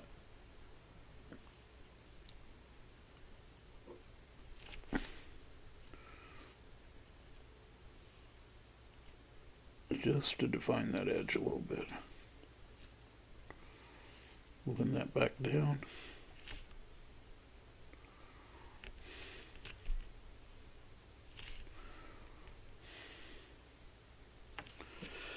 And there's our candle in our Christmas candle. Now I might come back in here after this dries a little bit. I might add a little bit more white here to make that just a little bit brighter. But basically, that's it. That candle's done. Next thing that we're going to do is we're going to do these cranberries. These will go quick. We actually did cranberries in last week's painting. And we're going to do this basically similar, very similar, the same thing again with these. So, let me switch out brushes here. And, oops, and pick up my paint off the floor. As I'm dropping it down there.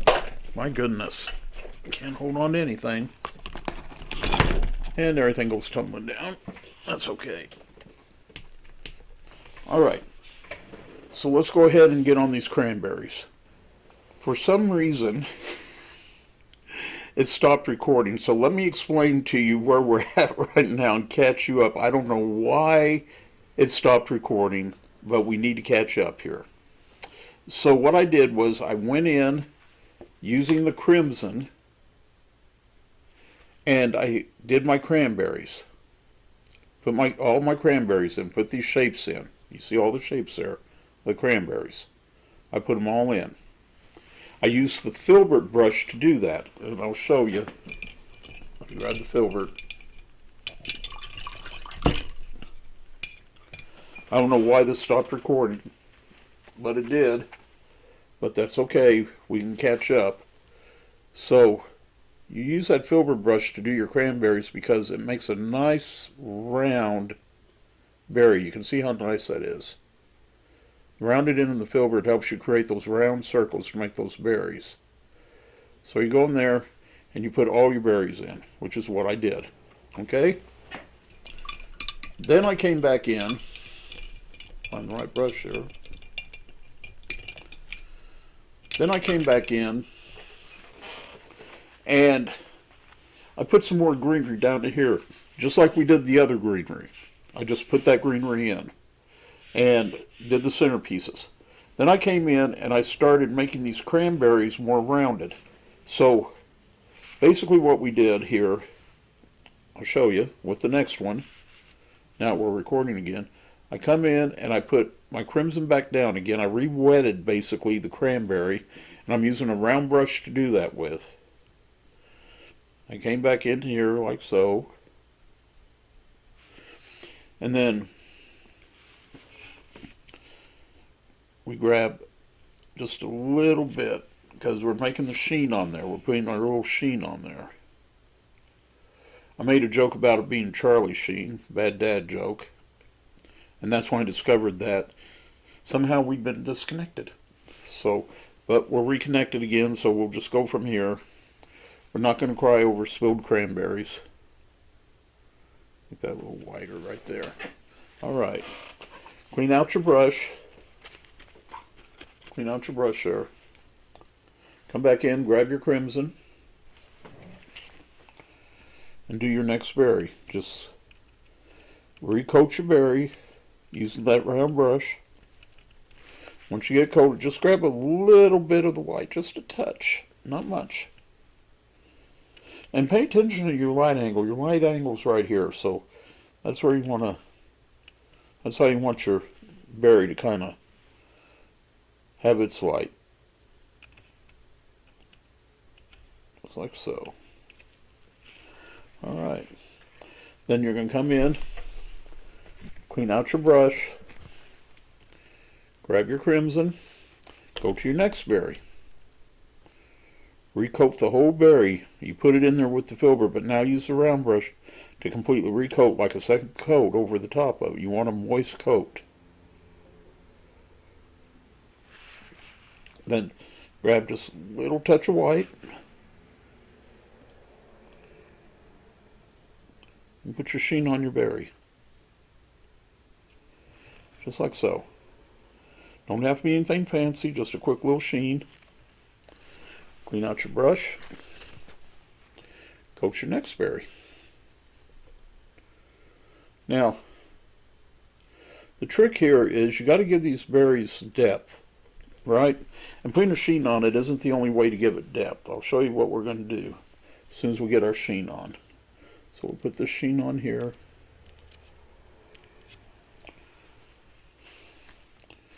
Go to our next one. We'll coat that. Grab our little bit of titanium white.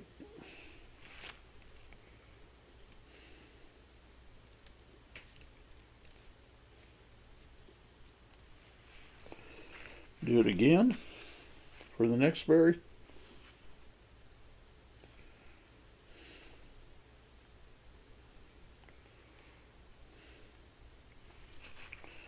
Just touch of titanium white.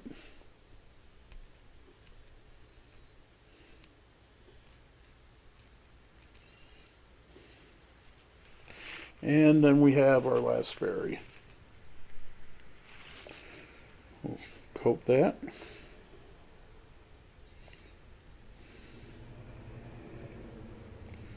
Like so. And we'll grab just a touch of our titanium white.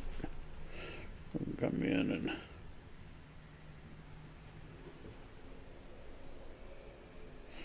make it glow.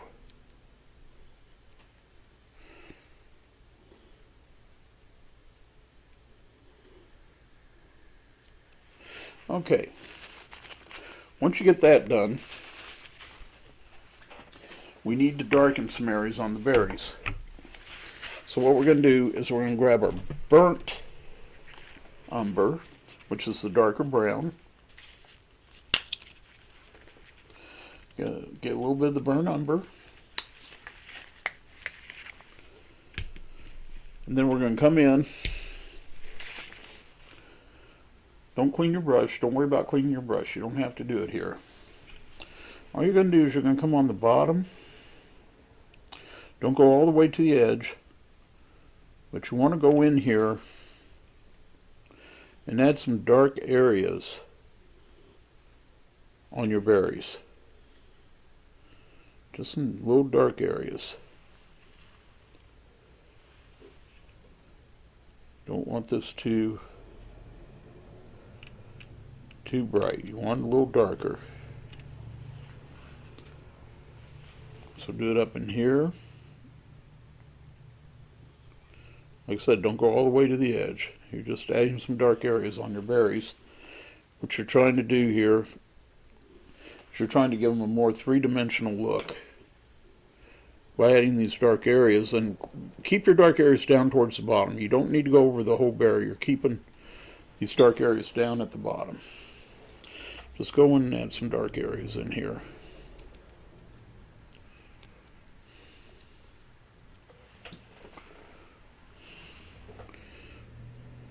By doing this, you'll give your berries a more rounded look. They'll be more natural looking, more three-dimensional. There you go. That's all there is to it. The berries are done. Now we need to give them their stems. So we're going to do the same thing that we did here. We're going to do exactly the same thing. We're going to get our small liner. And we're going to come in, we're going to use our crimson and our sienna, burnt sienna, and we're going to grate the stems. You can see all the stems that are running through here. I notice I just missed berry. I'll get it here in a second. You can see the stems running through here. So all we're going to do, just going to come down here. I'm going to put this stem in right here, like so. I'm going to grab my next stem, and this stem comes back. Oh, if I can get it in there. It comes back to join that stem.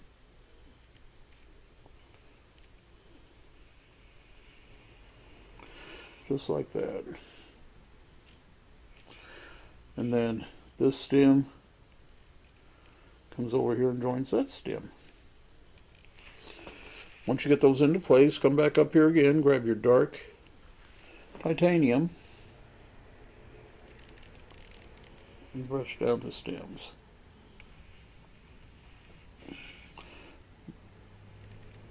Just like so. Blend that back in so it looks more natural. Come here, grab this one. Brush this back in so it looks more natural. There's your first set of stems. Pretty simple. Your next stem is right here. So we're just going to go in and we're going to come off of this from down at the bottom. We're going to come straight up into here, and it crosses. It's like it's laying across there like that. And then there's a section of the stem that goes right here like this.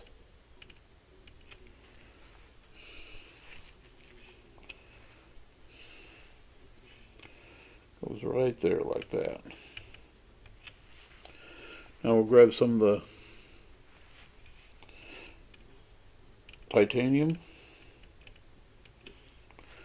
and we'll lighten the stem.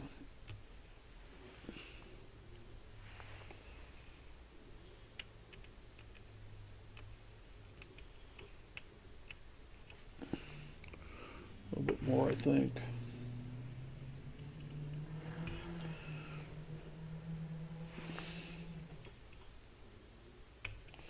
There we go.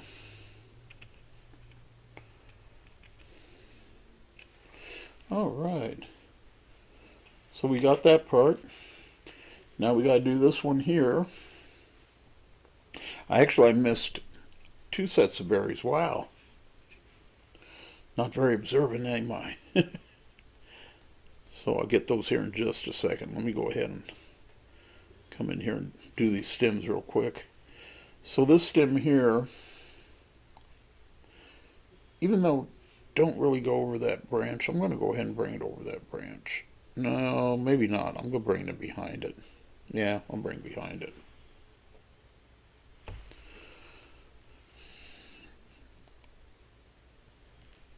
Okay. Now I got to do this stem here.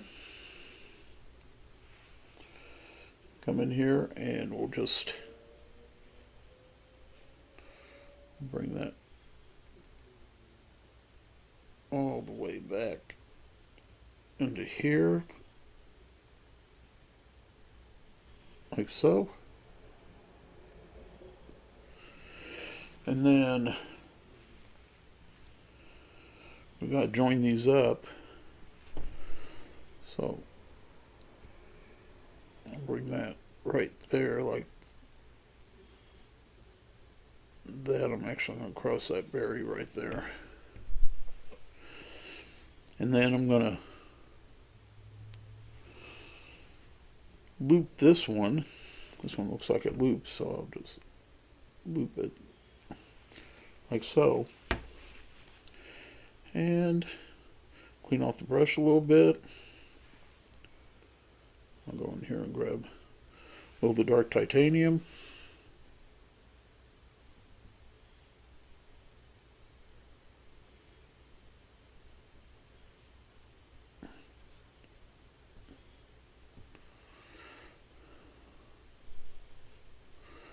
just like that.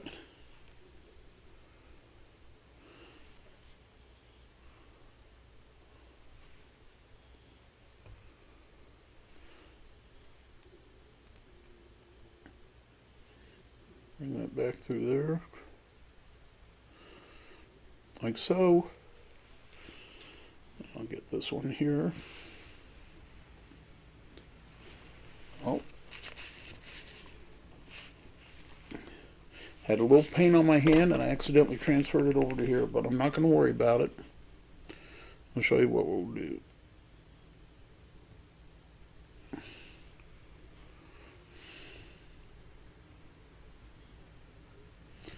You get this taken care of first. Okay, so we've got those. I'm going to grab my filbert here.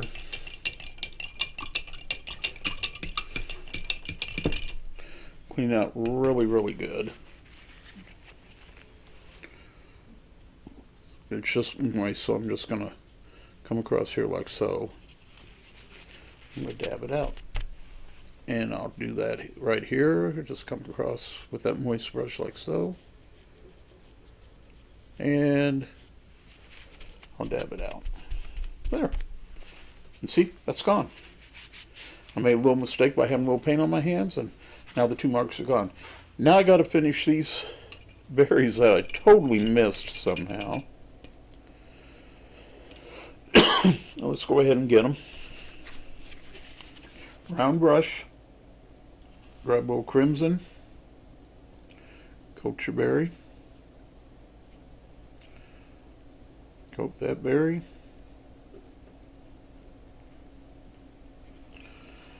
Grab a touch of white. Just a little touch. We'll make that berry shine right there. Make this one shine. Get a little more white. There we go. All right. Get this last berry that I missed, which is right here. Just give it a second coat of crimson.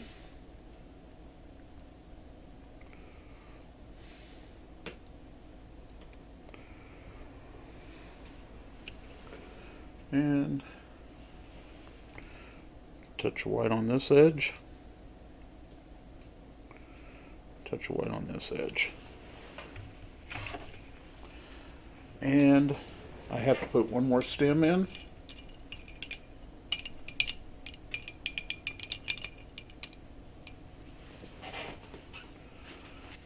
Let me do that real quick.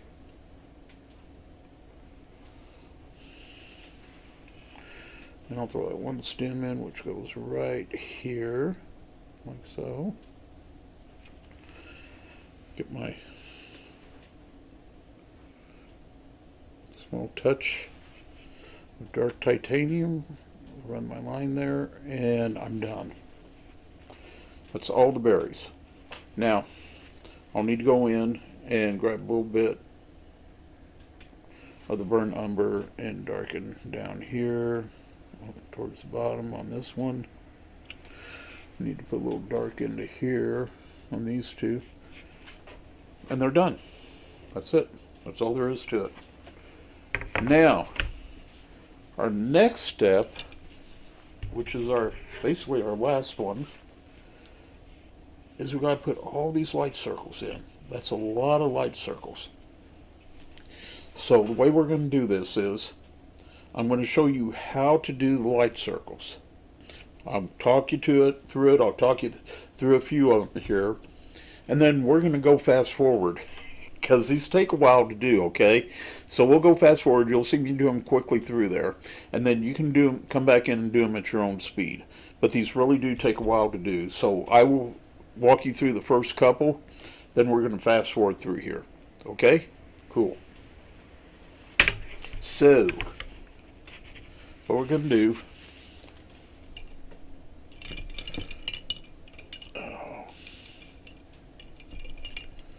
Oh, let me get the right brush here.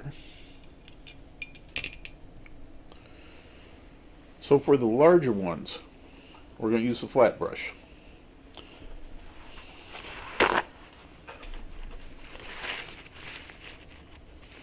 And what we're going to do, we'll start with this one right here.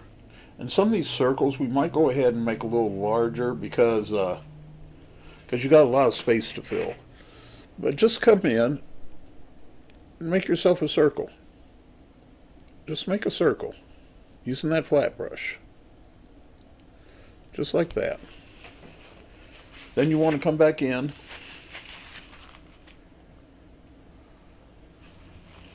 and come back in with your white and go over that yellow that you just put in there.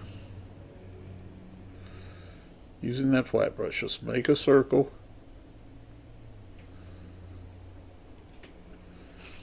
And it's done. It's that simple. So you're going to take a little bit of yellow. We'll put in another one for you. You're going to make a circle. Using that flat brush, just make a circle.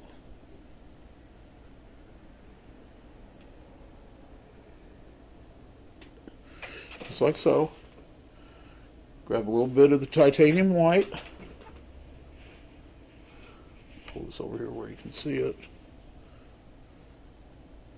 And add it to the yellow. Just keep your circle going. Now, what you can do, if you want a thinner circle, more transparent one, don't dip your brush again. Come back in, say add another circle right there. Now what you're going to do is you're going to get all your big circles in first. That's important. Do all your big ones first. Once you're satisfied with all the big ones that you have, once you go, okay, that looks good, I got all my big ones in there. Then you're going to come in and you're going to put in all these little dots that you see in there. Okay, so, but get your big ones in first. Make sure that you're absolutely satisfied with all your big ones, and you don't have to dip your brush each time. Now your circles, you don't want them all the same size. You want them of varying sizes. And just come in, like, see, you got these circles over here, right? Just come in and you just put them in. Your circles can be all different sizes. They don't have to be the same size. Just put them in there. Overlap the edge and put them in. Now, I am releasing this painting on December 7th. You should be familiar with what December 7th is if you are from the United States. If you're watching this from overseas, you may or may not know what December 7th signifies here in the United States, but I'm going to tell you right now. It's Pearl Harbor Day. It's the day that the Japanese Navy, country of Japan, cowardly attacked Pearl Harbor. And I say cowardly because they like to say it was an act of war. It was not an act of war. An act of war is when your enemy knows you are coming. When your enemy is prepared to fight with you. We had no idea they were coming. And 2,043 people perished that day because of that one cowardly act. And so we remember these people that died on Pearl Harbor Day each and every year. And we remember them. And we honor them. And so in order to honor the 2,043 people that died on December 7th, 1941, from a cowardly attack from Japan, any future proceeds from this painting are going to be, 10% of them will be donated to Disabled American Vets organization to help disabled American veterans.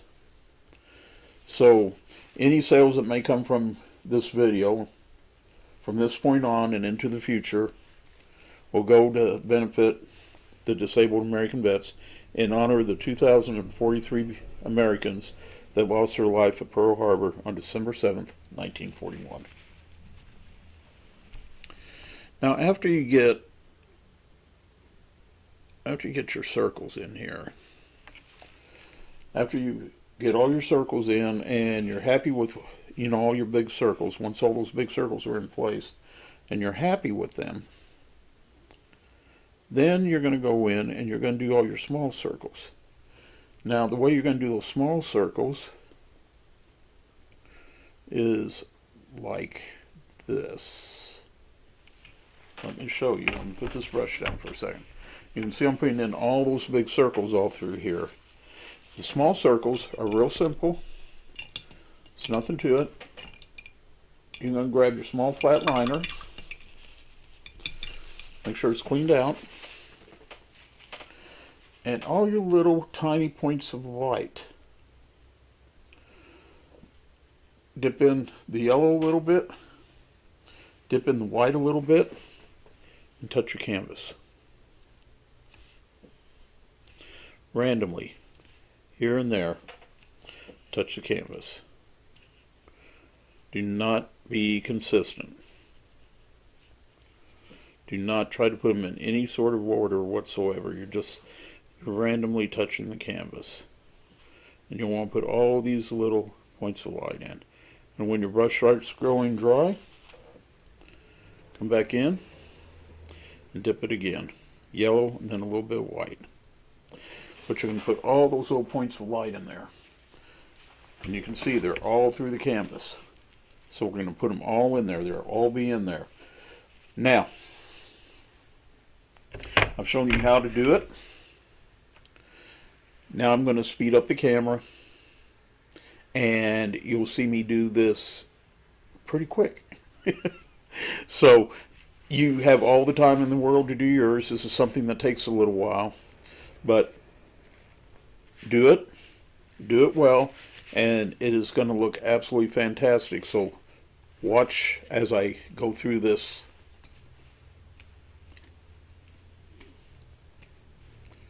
That's a snap.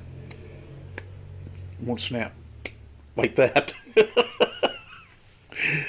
And we'll speed up the camera now, and you can watch this take place. All right? Cool.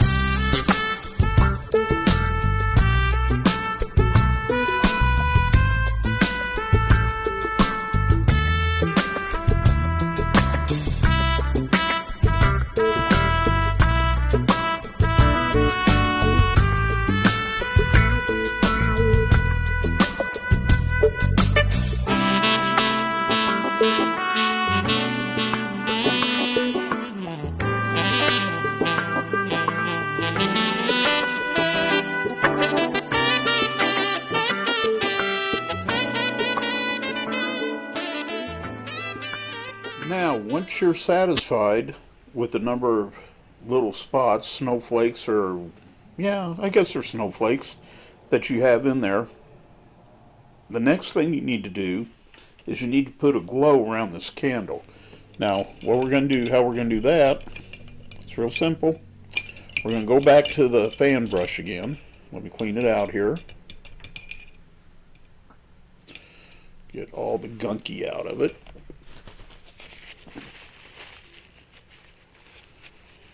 Get that fan brush clean.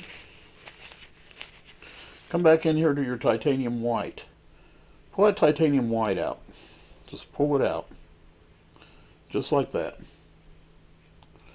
Now once you have it pulled out, come in here and lightly go around the outside of your candle.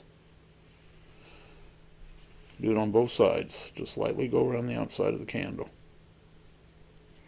Using that fan brush. Just like that. Pull it out a little bit. Pull it out a little bit on this side. Then come in and touch the edge of the candle. Or the flame. Not the candle, but the flame. Brush it out. Do the same on this side. Touch the edge of the flame. Brush it out. And now you have the glow around your flame. Just like that. That quick, that simple, that easy. We only have one more thing to do in this painting. Just one. And I bet you can't guess what that is. If you said sign my signature, you guessed right. This painting is done. This is Christmas candle. It will be posted on Facebook for a week for free. It will also be on our website at www.artist-alley.net, and it'll be there for a week for free. And after that, you can buy it for a small price if you want. Also, be sure to check out our Instagram page, Artist Alley Studio and Gallery. Go subscribe to our YouTube channel, which is Artist Alley Studio. It would be youtube.com/@Artist Alley Studio. I'll put my signature right down in here. I'm going to pull across to make the bottom part of my signature. And if you've painted with me before, you know that my signature is JAG, stands for James Allen George. Name my mom gifted me with. All my friends call me Gypsy, and I hope you're my friend. You can call me Gypsy too. Make my A. Give me a little problem here. Nothing I can't conquer. Divide and conquer here. Make my A.